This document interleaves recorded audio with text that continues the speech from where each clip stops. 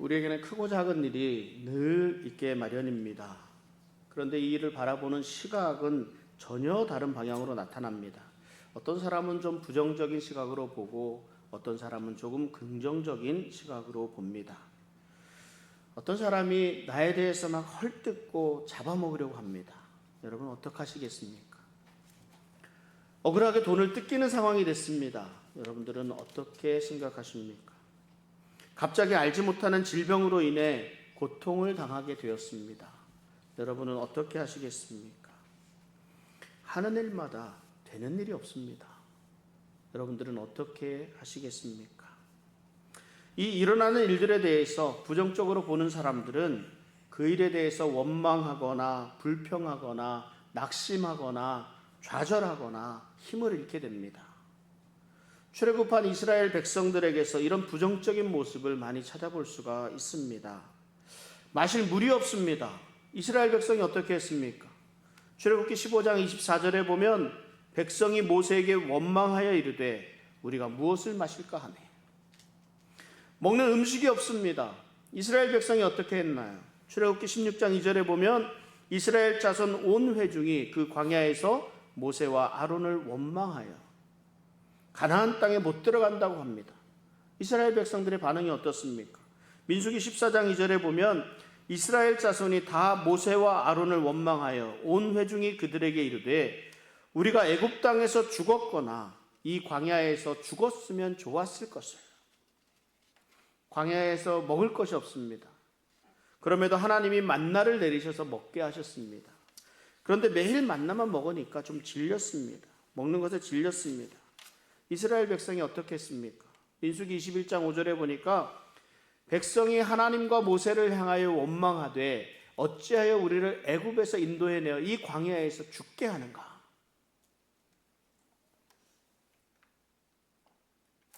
이곳에는 먹을 것도 없고 물도 없도다. 우리 마음이 이 하찮은 음식을 싫어하노라 하며 결국 이들이 원망하고 불평함으로 인하여서 일어난 결과들이 어떤 결과들인지 아십니까?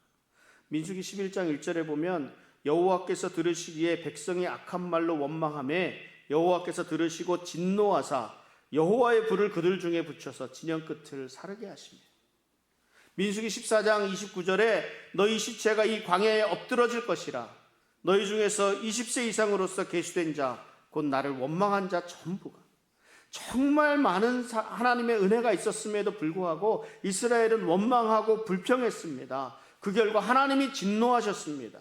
그리고 원망과 불평의 결과 이스라엘 백성들은 가나안 땅에 들어가지 못했습니다. 그런데 성경에는요, 또한 어떤 상황에서도 긍정적으로 바라본 사람들의 이야기가 또 많이 등장합니다. 똑같은 어려움을 만났지만 전혀 다른 모습을 보여주고 있습니다. 요셉이 있습니다. 요셉은 형들에게 팔리고 누명을 쓰는 억울한 일을 당하지만 그 가운데서 원망하거나 불평하지 않았습니다. 오히려 그 가운데서 하나님을 더욱 붙들었습니다. 욥이라는 인물이 있습니다. 욥이 하루아침에 모든 것을 다 잃고도 하는 말이 이렇습니다. 욥기 1장 21절에 보면 이르되 내가 모태에서 알몸으로 나왔사온즉 또한 알몸이 그리로 돌아가올지라. 주시니도 여호와시요 거두시니도 여호와시오니 여호와의 이름이 찬송을 받으실지니이다. 신앙의 인물 가운데 스데반이라는 분이 있습니다. 스데반은 돌로 자신을 쳐 죽이는 사람 앞에서 이렇게 기도합니다. 사도행전 7장 60절에 무릎을 꿇고 크게 불러 이르되 주여 이 죄를 그들에게 돌리지 마옵소서. 이 말을 하고 자니라.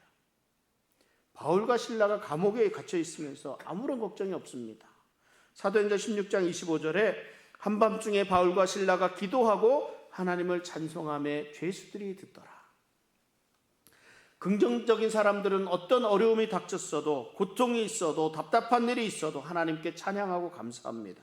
그런데 놀라운 것은요, 사사건건 일어난 일들에 대해서 원망하고 불평하고 낙심하고 이 좌절한 사람들과 모든 일 가운데서 하나님을 향해서 찬양하는 사람들과 그 삶의 결과는 정말 하늘과 땅 차이만큼이나 크다는 겁니다.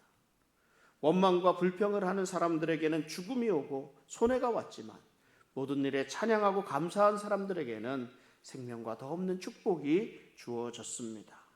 그러므로 무슨 일을 만나든 원망하거나 낙심하거나 절망하지 말고 하나님을 찬양하며 감사할 수 있는 우리 성도님들 되시기를 바랍니다. 제가 이렇게 권면을 해도 긍정적인 사람은 아멘 하고 받고요.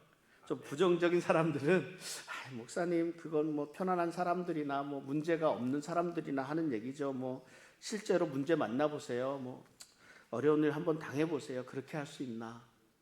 뭐 이렇게 말할 수 있습니다. 맞습니다. 그렇습니다. 우리가 지금까지는 어려운 일을 만났을 때 염려하고 걱정되는 것이 맞습니다. 원망이 되고 낙심되는 것이 맞습니다. 그러나 우리가 오늘 우리 함께 말씀을 나누면서 우리가 실제로 힘들고 어려운 일이 있지만 이 가운데서 정말 하나님을 찬양하고 감사하는 믿음을 가질 수 있었으면 좋겠습니다. 그러니까 어떤 상황에서도 하나님께 찬양하고 감사했더니 하나님께서 축복해 주셨다. 이러한 일들이 우리 사랑하는 성도님들 가운데 가득하기를 주님의 이름으로 축원합니다. 텍사스 휴스턴에서 사역하시는 우리 조엘 오스틴 목사님의 긍정의 힘이라는 책이 서점가를 휩쓸었을 때가 있습니다. 하나님이 우리를 사랑하시고 우리가 잘 되기를 바라시니까 내 자신의 가치를 발견하고 행복을 선택하면서 살라 하는 그런 내용의 그런 책입니다. 자신에 대해서 긍정적으로 생각하고 자신을 사랑하고 일이 잘못될 때 실망하지 않고 결국은 하나님이 잘 되게 해주신다. 이렇게 말씀을 합니다. 그런데 조엘 목사님은 잘 된다는 것을 세상의 번영과 성공에 초점을 두고 있기 때문에 전적으로 동의하기는 좀 어렵습니다. 그렇다고 긍정적인 태도와 행복을 택하는 것이 잘못은 아닙니다. 내가 긍정적일 수 있는 이유가 있거든요. 내가 행복할 수 있는 이유가 있습니다.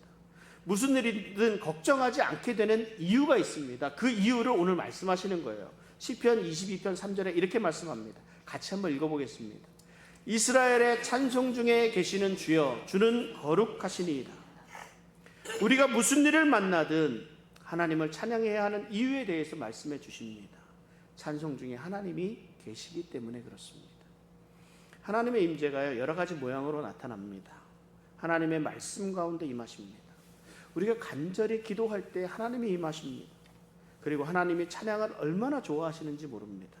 하나님은 우리가 찬양하는 가운데 임하셔서 역사하십니다. 찬양의 능력이 얼마만큼 되는지 여러분 경험해 보셨습니까? 내가 무엇을 어떻게 해야 할지 모를 때가 있습니다. 아무것도 보이지 않을 때가 있습니다. 너무 힘들기에 기도조차 나오지를 않습니다. 하나님에게 매달릴 기운조차 없습니다. 그런데 이런 상황을 극복할 수 있는 방법이 있는데 이것이 찬양입니다. 찬양은 우리에게 다시 일어설 힘을 줍니다. 찬양은 우리에게 나아갈 방법을 알려줍니다. 찬양은 우리에게 실망하거나 낙심하지 않도록 위로해 줍니다. 찬양은 오직 하나님만이 우리의 도움이시고 구원이심을 알게 합니다. 그러므로 내가 문제를 만났을 때에도 하나님을 찬양해야 합니다.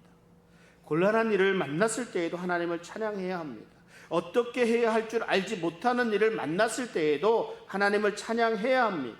내가 무엇을 어떻게 해야 할지 모를 때 하나님을 찬양한다는 것은 모든 것을 하나님께 맡기겠다는 의지며 결단입니다. 믿음의 고백입니다. 그러므로 우리는 언제나 하나님을 찬양해야 합니다.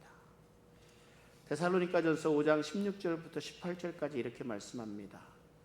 같이 한번 읽겠습니다. 항상 기뻐하라, 쉬지 말고 기도하라, 범사에 감사하라. 이는 그리스도 예수 안에서 너희를 향하신 하나님의 뜻이니라. 아멘. 항상 기뻐하고 범사에 감사하는 것이 하나님의 뜻입니다. 하나님은 하나님의 자녀된 우리들이 매사에 원망하고 불평하고 짜증 가운데 사는 것을 원하지 않으시고 감사하고 기뻐하며 살아가는 것을 원하십니다. 하나님은 우리를 위해서 독생자 예수 그리스도를 내어주셨습니다. 하나님은 우리를 위해서 하나님 나라를 주셨습니다.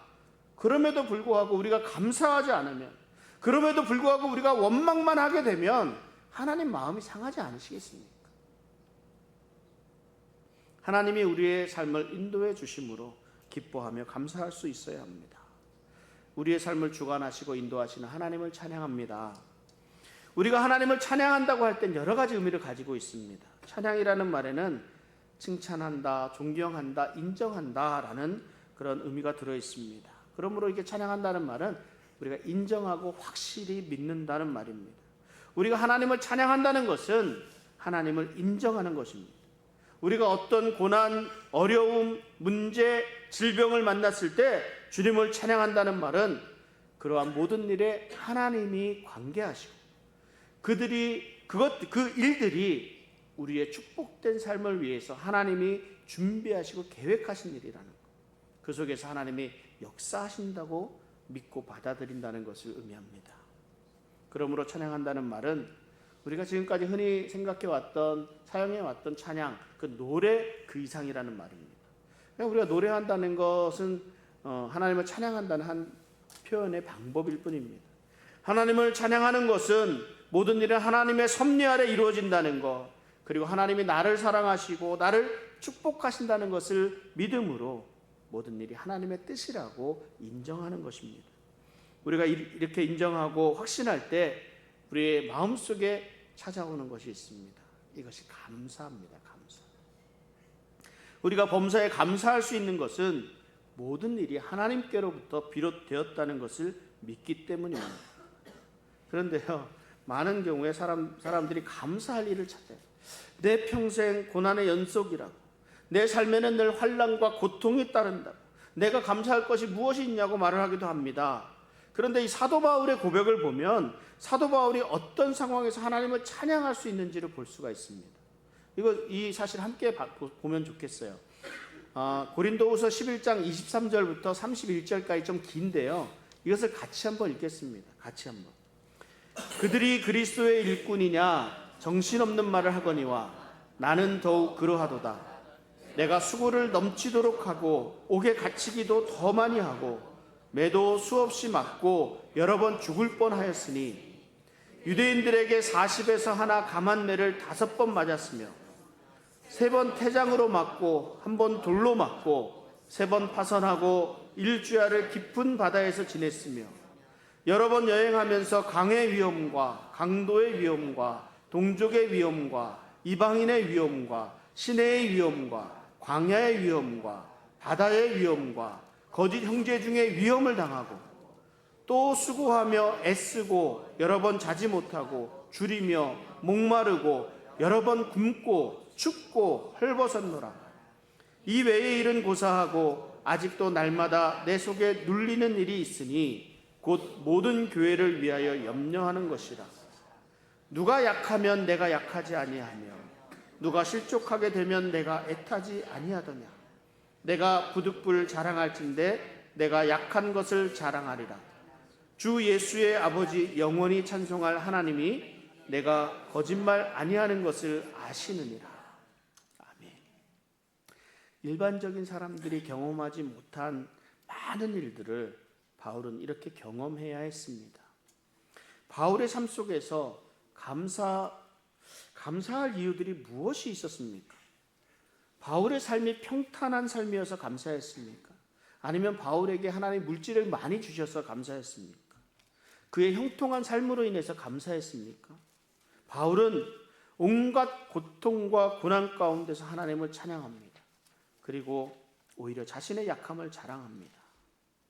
그런데 우리 예수님을 믿는다고 하는 사람들 중 정말 많은 사람들이 그냥 감사합니다. 무조건 감사합니다.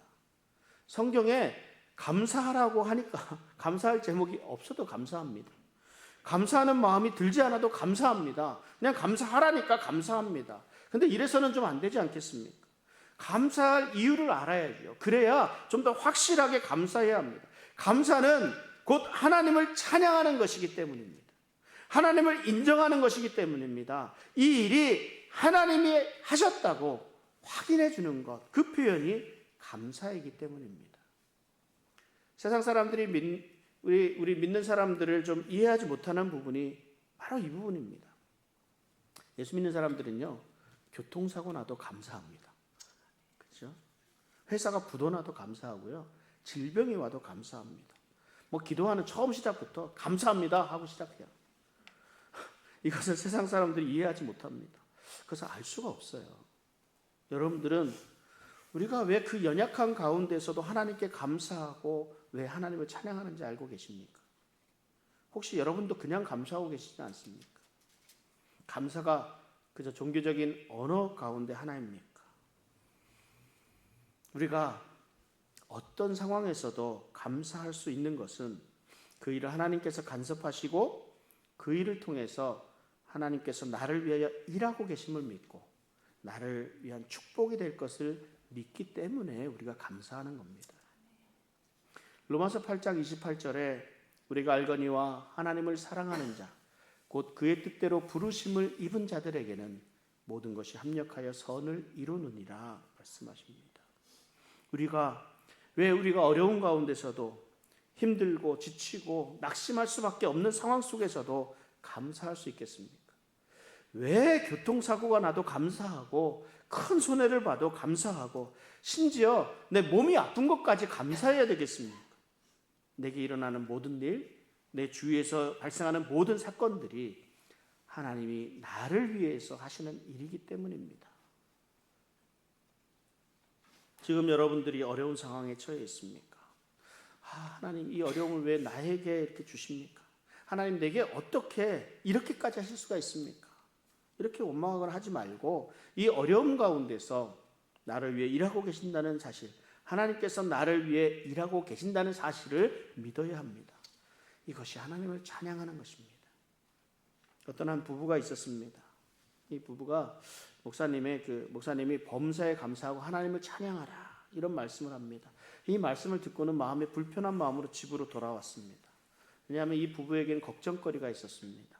몇 달 전에 자신의 딸아이가 좀 정신 이상의 증세를 받고 병원에 그 진단을 받고 병원에 입원을 했기 때문입니다.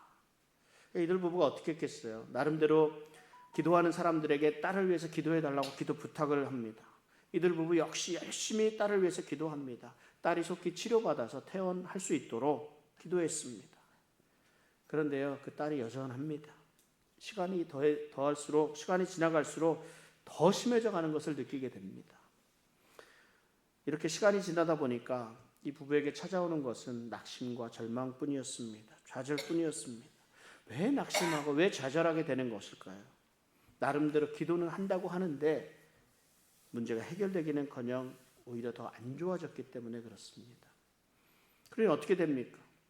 이 부부는 기도해도 소용없지 않느냐 이런 결론을 가지게 됩니다. 기도해도 소용이 없으니까 하나님에 대한 원망과 불평만 가득 안게 되었습니다. 그래서 하나님에 대한 원망과 불평을 가득 안고 있는데 목사님께서 범사에 감사하라고 하나님을 찬양하라고 하는 이 말씀을 들은 거예요. 이 말이 무슨 말입니까? 그 일이 어떠한 일이든 간에 주님께 찬양하라는 말씀이었습니다. 그러니까 이 말씀을 들으니까 부부의 마음이 더욱 복잡해졌습니다. 그 일이 어떤 일이든 간에 하나님께 찬양하라? 찬양하라는 것은 모든 일이 하나님에게 달려있고 하나님께서 역사하시는 것임을 인정하고 받아들인다는 것입니다. 받아들일 뿐만 아니라 오히려 감사하는 것입니다. 그러니까 참 혼란스럽습니다. 이 부부가요, 겉으로는 표현하지 못해도 속으로는 지금 처한 상황에서 찬송할 수 있을까? 감사할 수 있을까? 이것은 믿음 좋은 바울이나 목사님이나 할 일이지, 내가 지금까지 얼마나 이렇게 기도했는데, 얼마나 많이 기도했는데, 그럼에도 하나님께서 지금 침묵하고 계셨다, 이런 생각을 가지질 않는 거예요. 이렇게 생각하면서 부부가 어쩔 줄 모르고 서로 멍하니 쳐다만 보고 있었습니다. 그러다가 이들 부부가 같이 무릎을 꿇었습니다. 그리고 이 부부가 지금까지 기도해 왔던 것, 딸아이의 치료를 위한 기도, 딸아이의 치료만을 위한 기도, 그런 좀 다르게 기도하기 시작했습니다. 사랑의 주님, 저희는 주님이 저희를 사랑하시는 것과 저희 딸을 저희보다 더 사랑하고 계심을 알고 믿고 있습니다. 주님께서 저희 딸을 위해서 딸에게 가장 보람 있는 생활을 준비하고 계시는 것도 믿습니다. 그러므로 딸의 질병을 주님께 감사합니다. 도저히 손을 쓰고 있지 못하는 이 의사들에 대해서도 또한 감사합니다. 당신이 우리를 향한 사랑과 지혜에 주님께 찬양을 드립니다. 원망하고 불평하고 있던 이 부분들을 하나님께 감사하며 찬양했습니다. 부족한 부분까지도 하나님께 감사했고 하나님이 하시는 일임을 인정했습니다. 이 부부가 이렇게 기도하게 되니까 정말로 하나님께서 딸의 삶에 가장 좋은 계획을 가지고 계신다, 이런 확신이 들기 시작했습니다. 어떻게 됐을까요?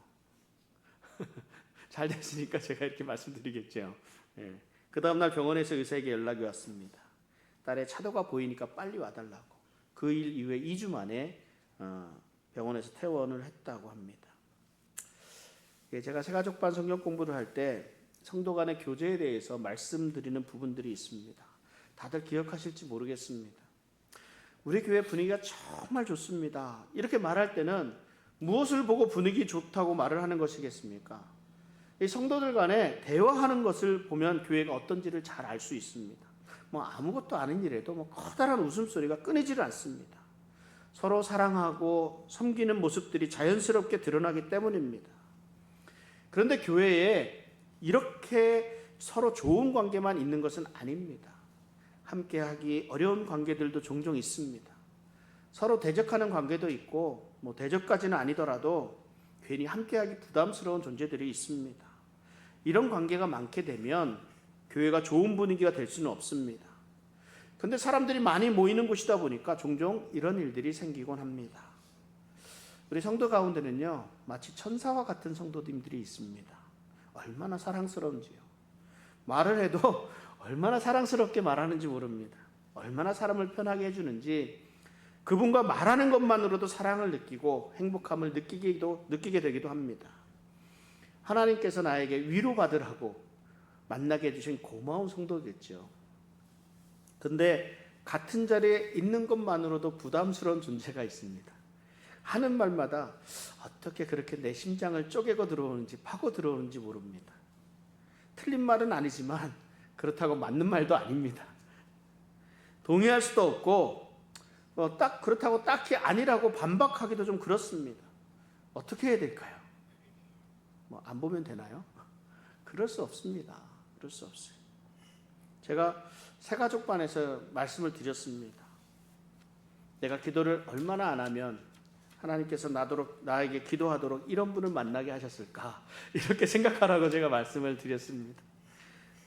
나를 사랑하는 성도님도, 나를 힘들게 해서 기도하게 하는 성도님도 하나님이 나를 위해 준비하신 분들입니다. 그래서 하나님을 찬양합니다. 하나님은 우리의 삶에 완전하고 복된 계획을 가지고 계십니다. 모든 일이 하나님의 섭리 아래 있습니다. 그러므로 무슨 일을 만났던 또 만나게 되었던지 간에 그 모든 재앙이 없어지고 문제가 해결되기를 구하는 기도 대신에 지금의 상황과 지금의 문제, 지금의 사람, 지금의 모습 그대로를 우리 주님께서 좀 간섭하시고 그 일을 통해서 하나님이 일하심이 있다고 믿고 현 상태를 하나님께 찬양할 수 있기를 바랍니다. 혹시 지금 자녀의 문제로 인해 속상해하고 있습니까? 하나님을 찬양하십시오. 물질의 문제로 고난 가운데 있는 분이 계십니까? 하나님을 찬양하십시오. 속상한 일이 있습니까? 이 정도 되면 여러분들도 하나님을 찬양하십시오 해야 되는 거 아니에요? 여전히 해결되지 않는 문제를 걱정하고 계십니까? 찬양하십시오. 하나님을 찬양하십시오. 질병으로 인해서 고생하고 아파하십니까? 찬양하십시오. 하나님을 찬양하십시오. 장래에 대한 불안함이 있습니까? 하나님을 찬양하십시오. 답답하고 짜증이 나십니까? 찬양하십시오. 하나님을 찬양하십시오. 이렇게 말씀드리면 제가 꼭 약 팔고 있는 것 같잖아요. 제가 만병통치약을 지금 팔고 있는 겁니다. 우리가 왜 모든 일에 이렇게 하나님을 찬양해야 되겠습니까? 찬송 중에 하나님이 거하시기 때문에 그렇습니다. 내가 범사의 주님을 인정하고 고백할 때, 내가 찬양할 때, 그때 하나님이 움직이시기 때문입니다. 말씀을 마칩니다. 우리가 당한 혹은 앞으로 있을 힘든 일들, 고난, 어려움 등으로 인해서 원망하고 불평하지 말아야 합니다. 원망하지 말고 불평하지 말고 하나님을 찬양하는 우리 성도님들 되시기를 바랍니다. 하나님을 찬양한다는 것은 단순히 내 입을 열어서 노래하는 것, 그 이상의 의미를 가지고 있습니다. 하나님께서 내 삶에 직접적으로 간섭하신다는 것을 인정하는 것입니다. 내 모든 삶을 인도하시고 주관하시는 하나님의 섭리하심을 인정하는 것입니다. 하나님께 찬양할 때 우리는 비로소 하나님께서 나를 위해 움직이심을 믿게 되고 언제나 감사할 수 있게 됩니다. 언제 무슨 일을 만나든 하나님께 감사하고 하나님을 찬양하는 성도님들 되시기를 바랍니다. 하나님은 언제나 우리와 함께 하십니다. 이 시간 우리 함께 기도하시기 바랍니다.